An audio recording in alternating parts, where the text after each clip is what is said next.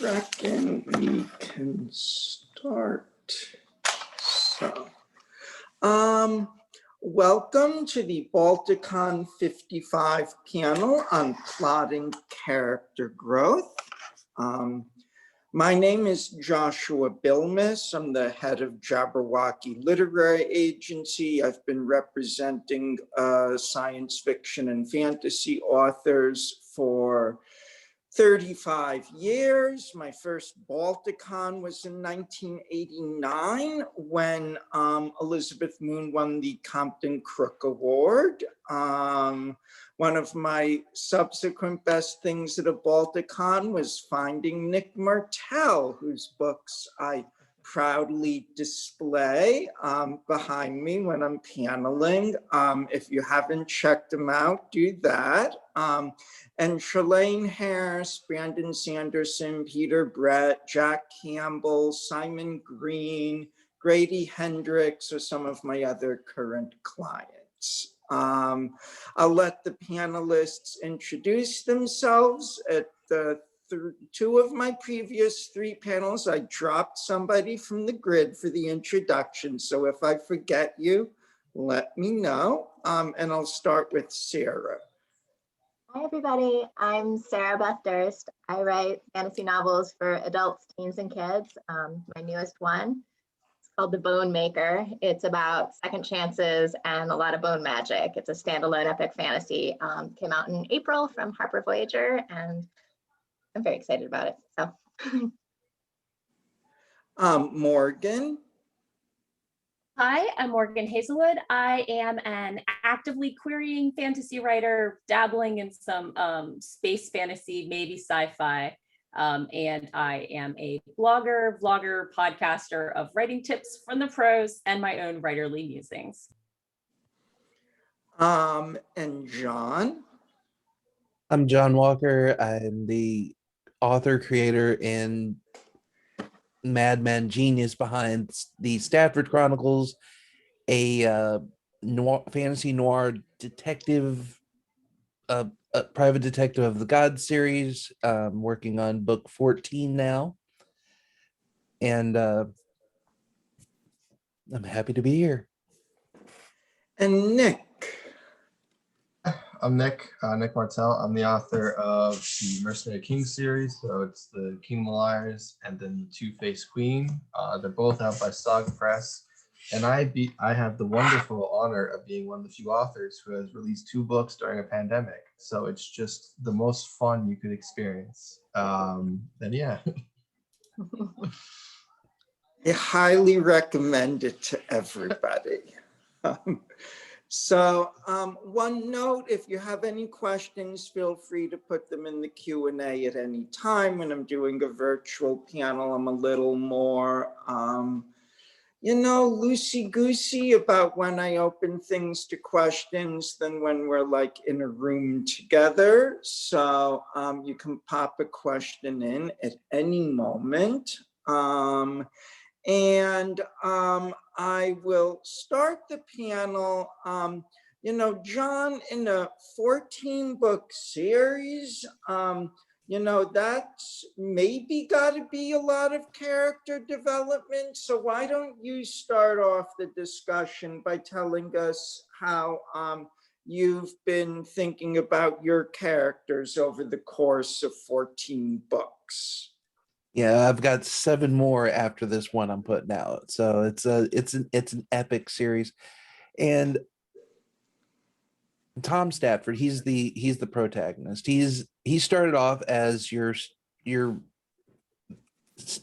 cardboard central casting detective. But over the past, I knew he had to develop, otherwise it was going to be just by formula, by the numbers, and it wouldn't be the right story. So his character has developed almost by itself in every book, but also the supporting cast. And I hate to use that because all the characters in these books have grown over the years. They've all changed. They've all become more human and less human as time has gone on, and it really is almost organic. It's like they have lives of their own. So but I have to say that if your characters do not develop, might want to attend a couple of seminars and panels about how to develop characters. Like this one. Self-plugging. How about that? John, just to follow up a little, then you've talked about this kind of that they've all grown. How much of that would you say is the characters telling you this is what I need to do to grow? And how much is you actually like plotting out that this is a place you need the character to get to? I consider myself a glorified stenographer at this point. All I'm doing is telling the story that they're telling me. And it's almost, I would almost say 98, 99%. Yeah, I'll throw a couple of curveballs in there every now and again, but for the most part, they're telling me. And my editor, whom I absolutely adore, she's absolutely wonderful.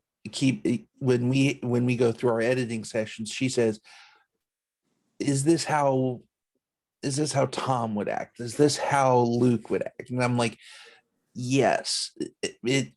But sometimes she'll throw a edit in there. Well, how about this? I'll go, no, that is not how they act. That is not them. And even though she's the editor, I'm the writer. I put my foot down saying, no. Sarah, question for you, since you have like 20 novels published, which I reckon is the most of the people in the panel and even more than I've read in 30 years. How could you give a couple examples from your own work of like a situation where you're really pleased with what happened with the character over the course of a book, and maybe an instance where you're less pleased, and like kind of explain why in both cases? I always feel if the character doesn't change, the story doesn't matter. The character has to change the course of the story. Otherwise, why are you telling it? Why should we care? So all of my characters do evolve. And I find in order to write a character, I have to fall in love with them. I have to, like, you don't have to like them. They don't have to be likable, but I have to fall in love with them. Even the villains, even the ones that like are on the surface annoying. You have to find that core that makes them special. And then you shove them through this cauldron and see what happens, whether they break or they come out stronger. In my most recent book, The Bone Maker, I wrote about characters that have already experienced a lot of life. The concept is that it's like, imagine the Dragonlance crew, but it's 25 years later. They've already saved the world. They've defeated the big bad. They think that their story is over, and it's definitively not. So I'm taking these characters that have already had a whole lot of backstory and think that they have evolved and they have grown and they have changed and they are the adults who they are, and then pushing them forward and to see how they do change. And I loved writing them. And and the main character is Kreia, who is a bone maker. She can, basically, like if you think of steampunk, she does bone punk. She brings to life these constructs with the powers of bone. And she begins the story trying to bring to life her husband, who died when they fought the big bad 25 years ago. And this is totally forbidden. So she's starting in this morally gray area. And where does she go from there? And it's bringing her through dealing with what happened in the past and how it changes her moving forward, going back into these relationships that were old. And I loved writing the progression of revisiting these old friendships, some of which have broken due to people changing and so forth, and seeing what comes next. Just going on the journey with these characters. That's one of the things that I love about writing, is being there with them and growing with them. So I think any story that doesn't have that is not finished yet. So, And is there any place where you just like feel there was an opportunity to do more, or you've generally been happy with what you've done? I'm happy with what I've done, because I feel like once the book is in pages with covers, the story is Yeah. not mine anymore. Um, It's finished and it's moved on, and it's now for readers to find and hopefully let the characters into their hearts and minds. And I kind of move on to the next book and utterly forget what happened and who anybody was in the prior book, because I'm in the next world. I've decided it's like a self-defense mechanism for getting into the new Yeah. voice rather than sheer forgetfulness.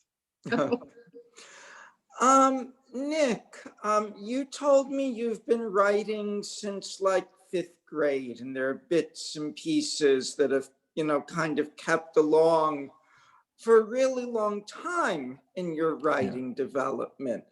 So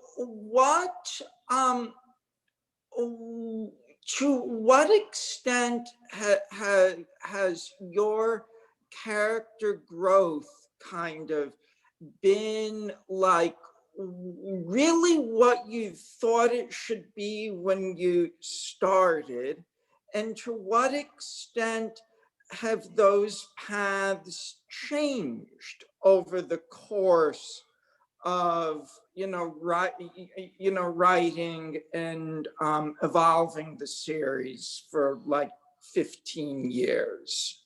Yeah, so when I initially started writing 5th grade, I was the worst writer. I wrote Harry Potter knockoff. Like that was my first thing I wrote, and I unabashedly admit that.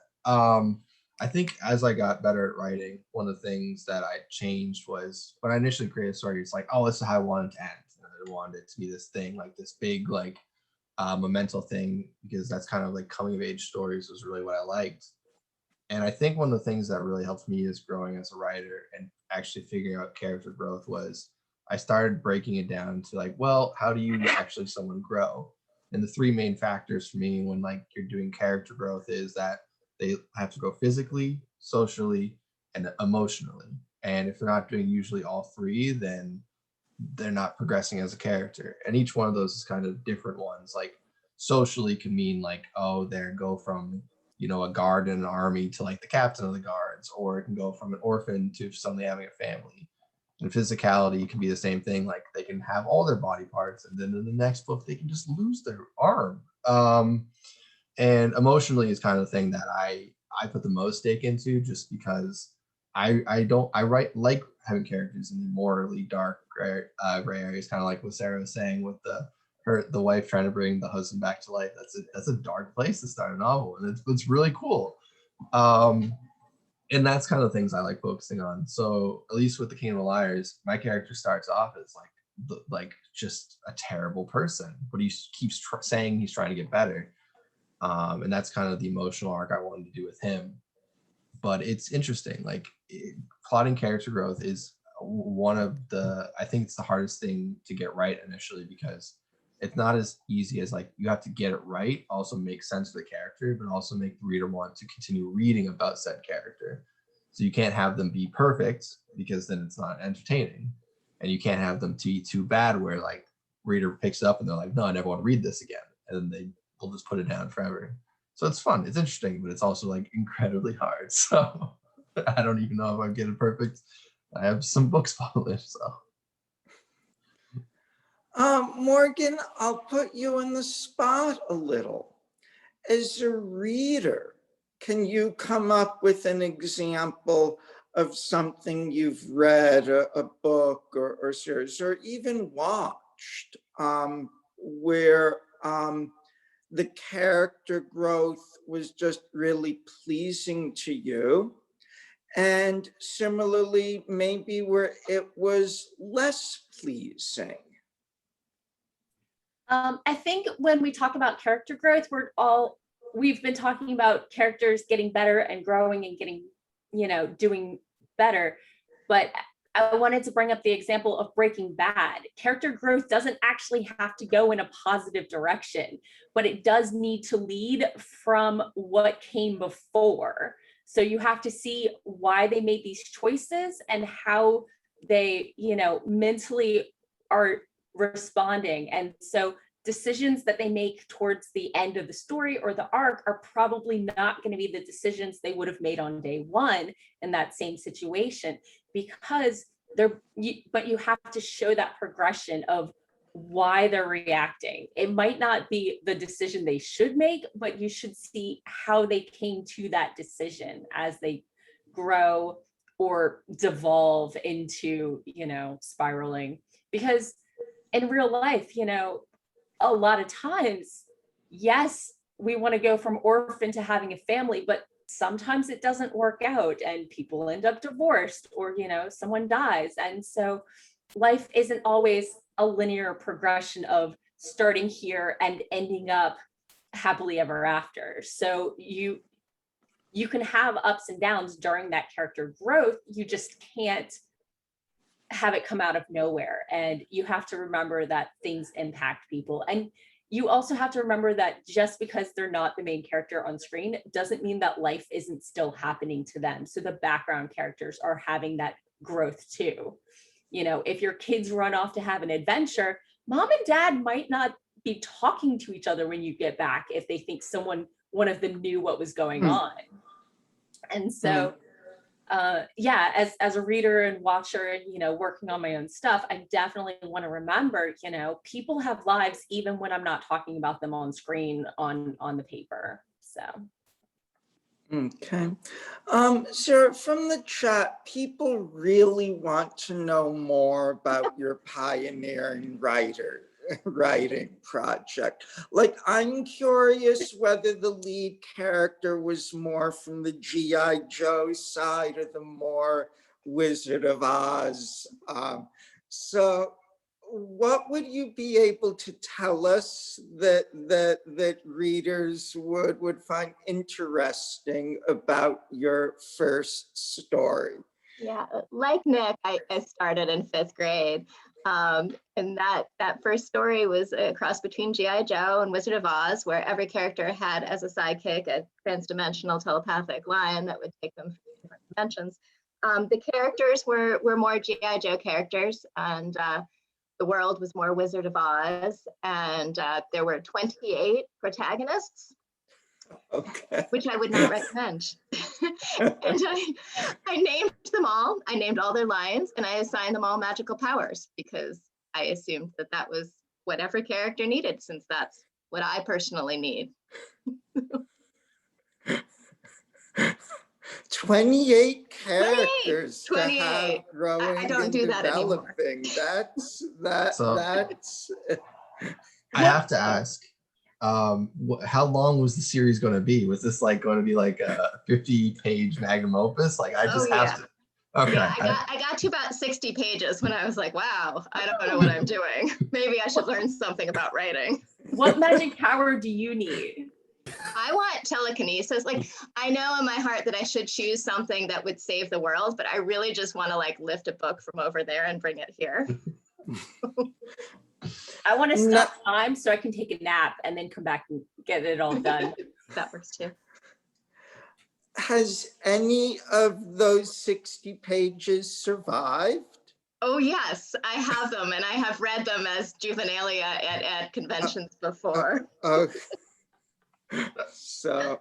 Oh yes. And I drew maps of the fort and what kind of weapons they all had, because I spent a lot of my childhood taping together scrap pieces of paper and drawing huge fantasy maps, and then designing the animals and the plant life, naming all of the plant life on the corners of my Latin textbook.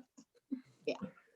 So Nick, who was more fully developed as a 5th grade writer based on? I think Sarah was. I definitely she was going with something I couldn't even fathom back then. Like I said, mine was a Harry Potter knockoff. And what did you say it was the telekinetic lions? I couldn't have come up with Transdimensional lions. Yeah, I couldn't have come up with that in 5th grade. I literally was just like like I said, knocking off Harry Potter. And so what was the name of your Harry Potter avatar? I honestly don't even remember. I think it was something like really just like bad fantasy name. Like it was like, just think of like the most fantasy name you can think of, and that was probably it. I was not good at naming as a kid. So I want to take one of the questions from the Q&A. Do you ever have a character that stubbornly refuses to change? How do you deal with them? Technical writing mechanic style answers welcome. And this is from CB Chanel. And Morgan, why don't you start off with that? Sure. So when you have a character that doesn't want to change, a lot of times you have to throw conflict or issues at them that force them to either, give up, or they have to grow in order to get past this point. They very often try to go sideways and go around it, but a lot of times sometimes you can throw characters, side characters to them to help them and maybe point them in the right direction. So I think it's the same as a writer working with an editor. You can lead them to water and then they might go a different way, but hopefully they'll find their own path through. John? I just beat him into submission. Okay. I'm like, in all seriousness, you kind of have to do that. Your characters want to tell a story. They might not want to tell the story you're wanting to hear. So you have to pretty much say, look, you're going to do this and you get a cookie, which means I get a cookie. So I get to go on with my life. Yeah, but yeah, you have to understand the character before you can actually make it into. All right, let me start over. Let me back up about 10 seconds. What do? You figure out why the character isn't changing. You grab it and you say, why will you not change? Why aren't you changing? Now, if the character doesn't change because that's the way the story's going, okay, life goes on. They may change a few pages later, a couple of books later. They may never change, and they end up, on the floor bleeding profusely. That's happened. So, but it's really tough sometimes figuring out why a character won't change. But what you do is you just keep trying to figure out. There's no method. There's no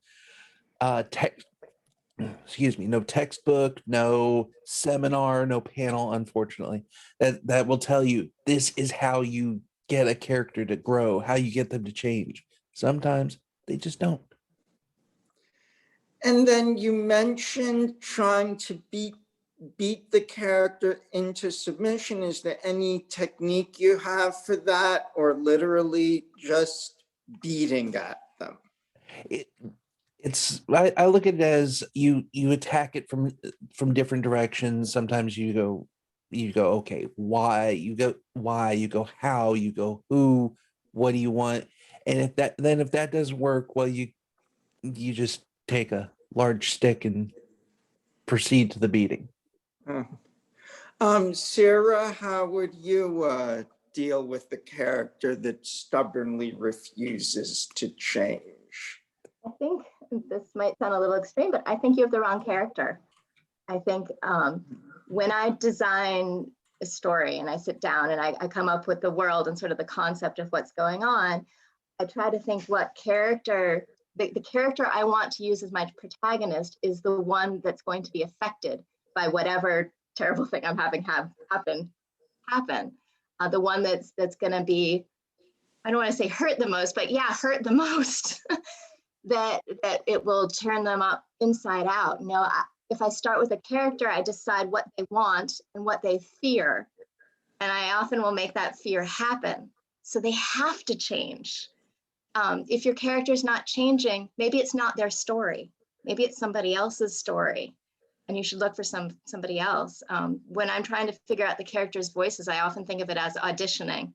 Like, come on stage, how do you do? You're amusing, you may stay. No, you're not entertaining me, you go.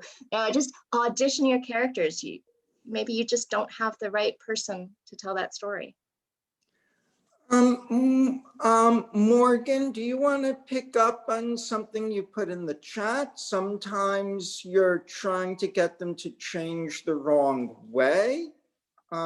Sure.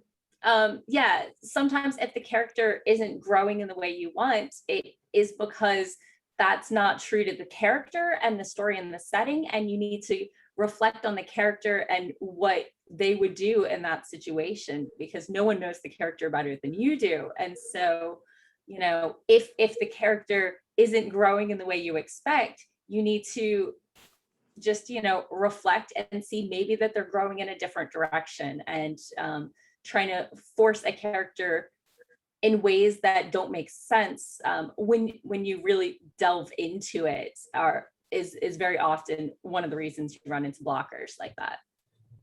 And Nick, what about you? The character that doesn't want to change? Yeah, I think everyone's right. But I'm also just going to be a complete hypocrite and contradict myself. I think it depends on what the nature of the story is. Because like if you have a character who you give them multiple opportunities to change and they keep stubbornly refusing, and then by the end of the story, like they finally realize the consequences of their actions and it's all a tragedy end, that's fine. And I think a protagonist doing that, like that's going to set up one kind of story. A villain refusing to stubbornly change is going to set up a different thing compared to if the protagonist is like in opposition against them. If you have like a protagonist where you don't want to kind of do that kind of like more tragedy, or like that's not one of their like fatal flaws or and so on, then yeah, maybe just like what Sarah said, get rid of them, because if they're not doing like amusing you, like shoot them off stage and get rid of them. But it really does depend like on the nature of the story. And like I know that sounds hypocritical, but like it really is kind of like almost case by case, but everyone kind of covered all the other states like, oh, this is what you do if you don't. So I just wanted to make sure that last thing got in there. And is there a specific instance in your work, Nick, where you've had to deal with this? My main character in the first book makes a lot of dumb mistakes, and repeatedly makes dumb mistakes until the very end, where he finally learns kind of what's been going on. And that was hard to write for a while, because you know you're sending these characters into bad circumstances and you're like, just be a little smarter, and they keep doing the wrong thing until they learn. So yeah, I do have experience in that one, stubbornly refusing to change, but I wouldn't suggest doing that for everyone, every character. And then next question that I think makes a kind of good segue is from David Griffith. If you know what you're going to have a protagonist story span more than one book, do you give the characters multiple flaws to solve in each volume and do that from the start? Or do you kind of bring in something new with each book? And so John, you want to start with that? You have a super long I would love to series. see. I would love to see a person with one flaw. Okay, I would love to see a character with just one flaw. And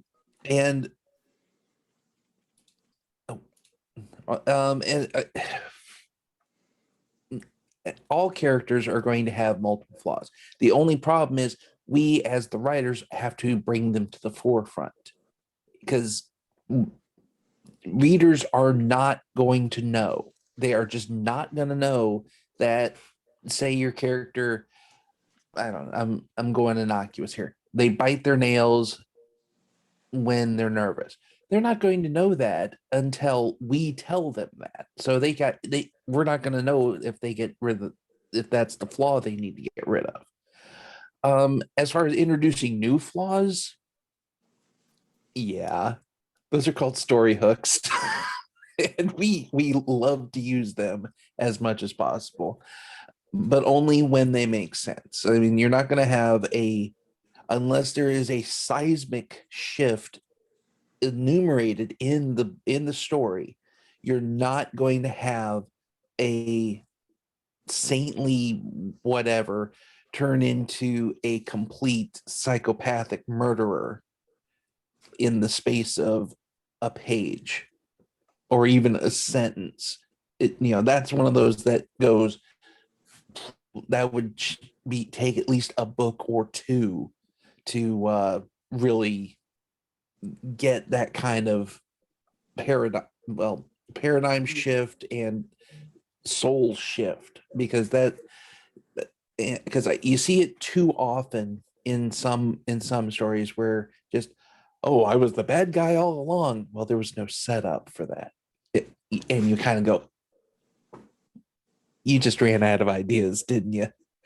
And that's what happens, at least for what I'm seeing. So having the flaws enumerated is the job of us, but we can't, of us, the writers. And we just have to make sure that that the readers know about it. Morgan, you look like you've had some points on this question. This question just really made me think about one of those memes that went around the internet about how tragic heroes are really just heroes who were in the wrong story. So like, if Hamlet switched places with Othello, he wouldn't have been duped by Iago, and he'd sit down and just think things through before reacting, and vice versa. And so what you need to do is just take your characters and put them in places where their strengths can't work for them. And, that way you can really develop the character, and you see why they have these skills. They work in certain situations, but they don't always work. And so by doing that, you're not introducing new flaws, but you might have some sort of incident that makes a flaw more prominent. Sarah? I totally had an epiphany while Jen was talking about my writings, that I never think about a character's flaws. I don't think of it in those terms.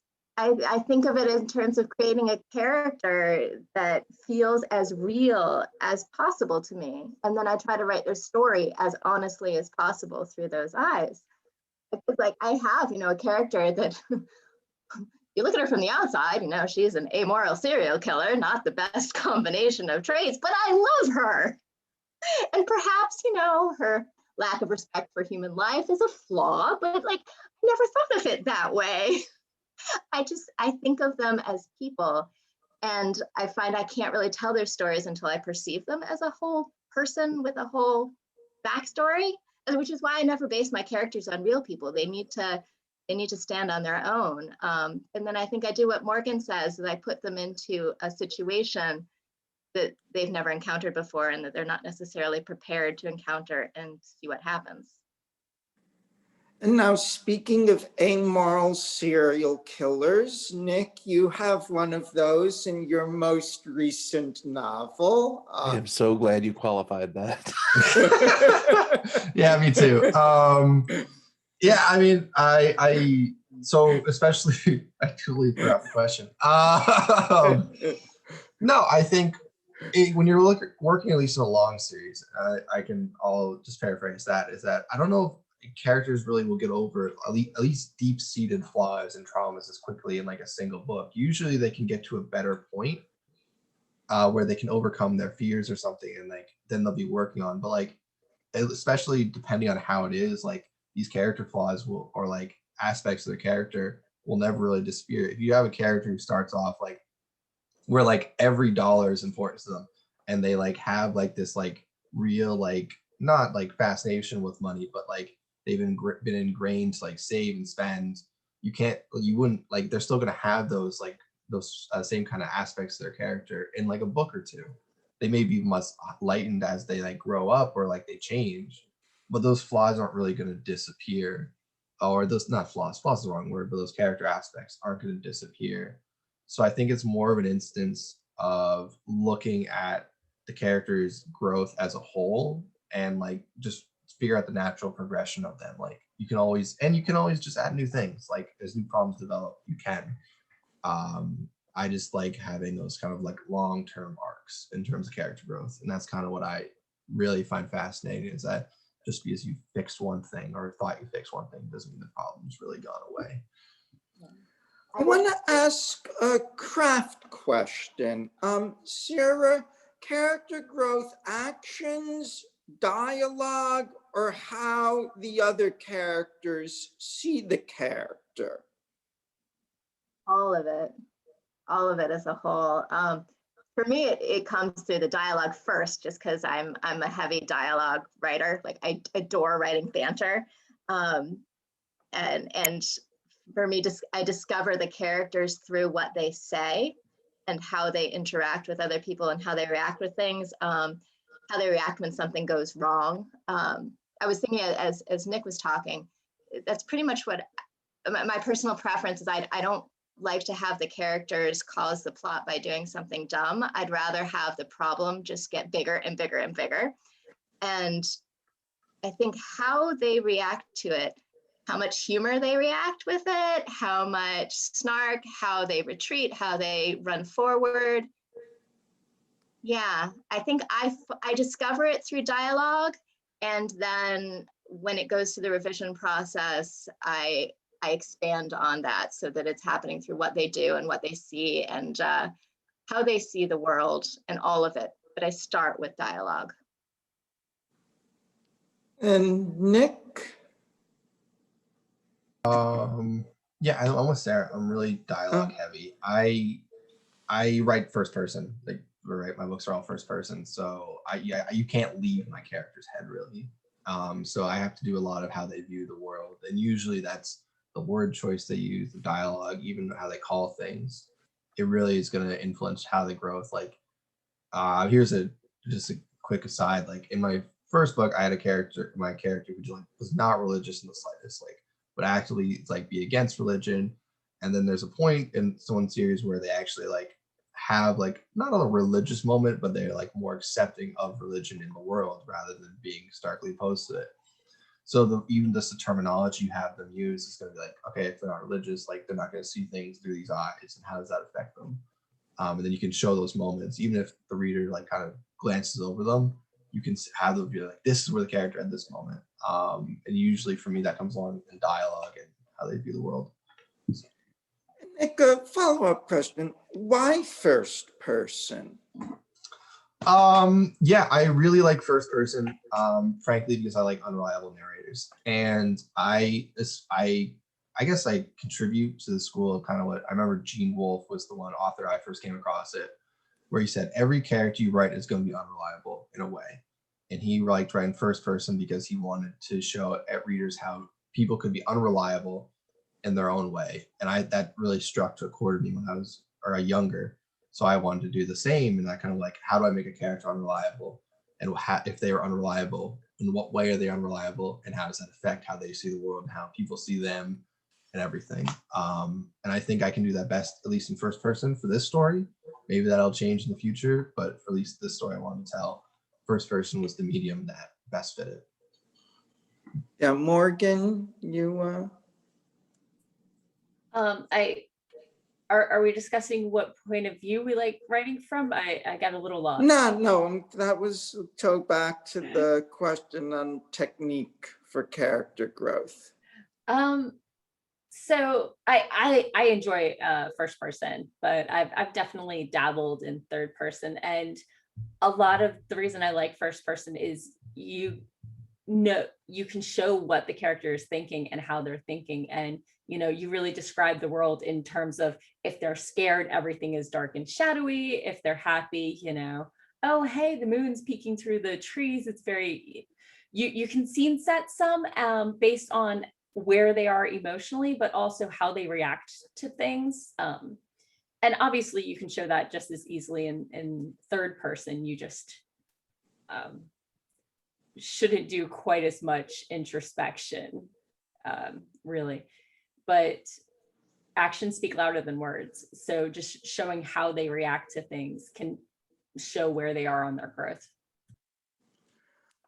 John, let's talk about your series. What was the kind of character inspiration for it? Magnum P. Oh, why am I? Hold on. Sorry, my thing was. Anyway, it was doubling. Sorry. What would the character inspiration? Magnum PI meets American Gods, and I'm talking about the Tom Selleck Magnum, not the new guy. Even though he does a good job, but you know, Tom Selleck with the mustache. Got to have the mustache. Thanks, Morgan. But also, there's a little bit of Dresden in there, Harry Dresden from Jim Butcher. That's what got me into the idea of into. Thanks, CB. That's what got me into the whole idea of a private detective. It was original. I was originally kicking around him as a as kind of a mercenary, like the Equalizer or something. But then I was like, no, let me just.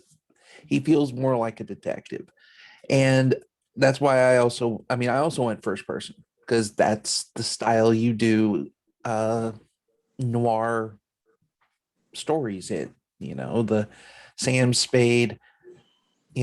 She walked in, trouble on every curve. That's the kind of writing that works for any kind of detective novels, I think. And I mean, I'm sure there's good third person detective novels out there. I just haven't had the chance to read them yet. So some of these questions would be interesting to ask after everyone's had a chance to read Nick's third book.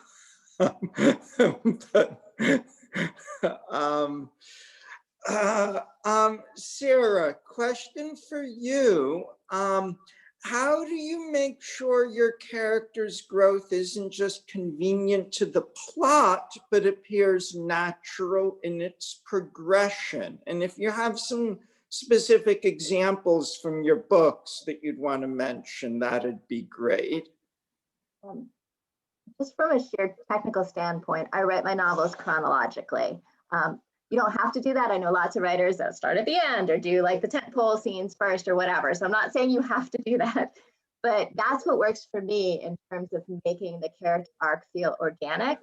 I find if you impose a character arc from the outside, if you say to yourself, I want my character to learn this, you're in trouble because then it's not going to arise naturally from the scene. You need to trust yourself, trust your characters, trust your instinct, and let them evolve in an organic, natural way. And I do that simply by writing chronologically and revising chronologically as well every time I go through. And I usually do in at least one revision pass where I am focusing on the character arc. For my Queens of Renthia books, the first one's Queen of Blood, set in this world filled with bloodthirsty nature spirits, and the main character is Delena is essentially an unchosen one. She's like a B student. She's trying really hard, but she's just mediocre at it. And she doesn't ever find a magic sword or magic amulet or discover her heritage or whatever. She's just not that good at it. But her superpower is that she's determined. And that drives her through it. And that's what pulls her character arc through the, oh, I really want to save the world, but I'm not that good at it. What do I do? Through learning to use what little magic she has in the best way possible, through dealing with loss, through everything that happens in the book to bring her to the spot at the end, where I can't tell you what happens at the end because that would totally be a spoiler, but things change and not everyone survives, which always seems to surprise people that have read my kids' books. I'm like, oh, the Queen of Blood, they're not gonna make it through. Anyway. I recommend trying it chronologically to grow your character from your start to your finish. Nick, I'm going to ask you a question from Calvin Bean. Do you plot the character arc for a book before the writing? Are you organized enough to do the arc for the whole series you anticipate? Yeah, that's a good segue off of Sarah's answer, because I do kind of the opposite of Sarah. I plot my things in backwards. So I usually start with my endings and then go back and figure out how they got there. Because usually I find that if I know how a character ends up, it's kind of easy to kind of tick them down to like what they're doing, and it's pretty much identical to what Sarah does. It's just the reverse order. So she covered a lot of that, but I do plan all my series. Like I plan a series. I usually have to know the ending. It's one of the things that I can't write a story unless I know how it ends. Because that's really important to me. Even if I have like a strong middle or beginning or something, if I don't have an ending, I can't write it. I can't even begin to write it. So I always know where I'm going and stuff. So, but I can, not all authors are like that. There's a lot of authors who will discover things as they go. Like they're more pantsers who they can't know where they're going, or like the writing doesn't work for them.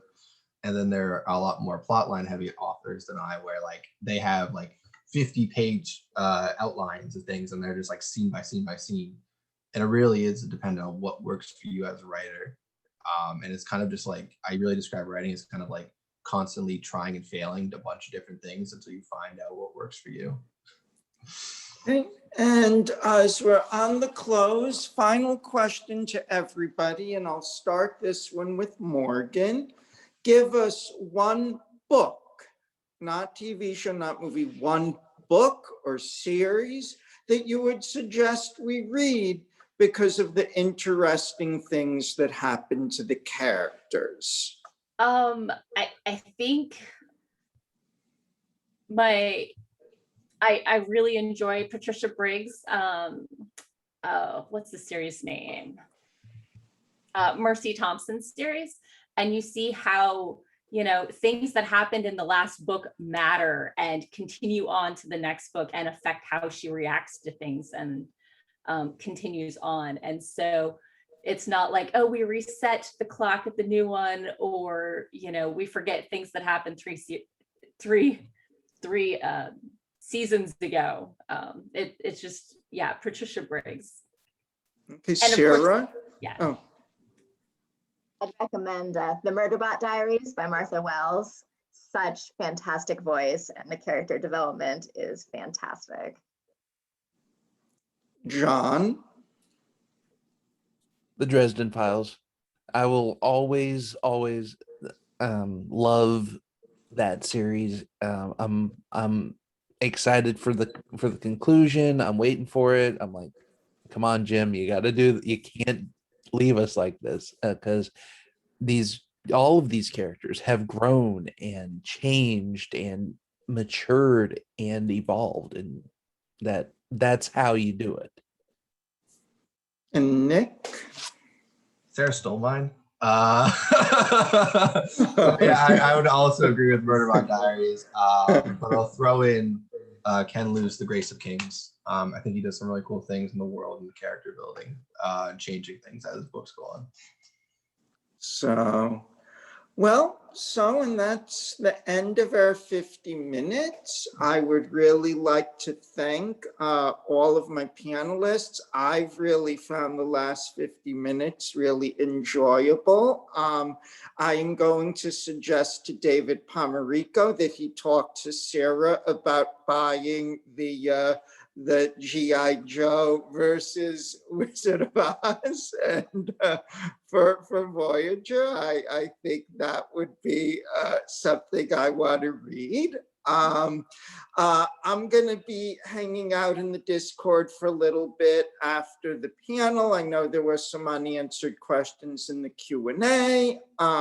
So again, it was great to see such a big crowd for a panel this early on a holiday weekend. And thank you all, and enjoy the rest of your Memorial Day. Thanks.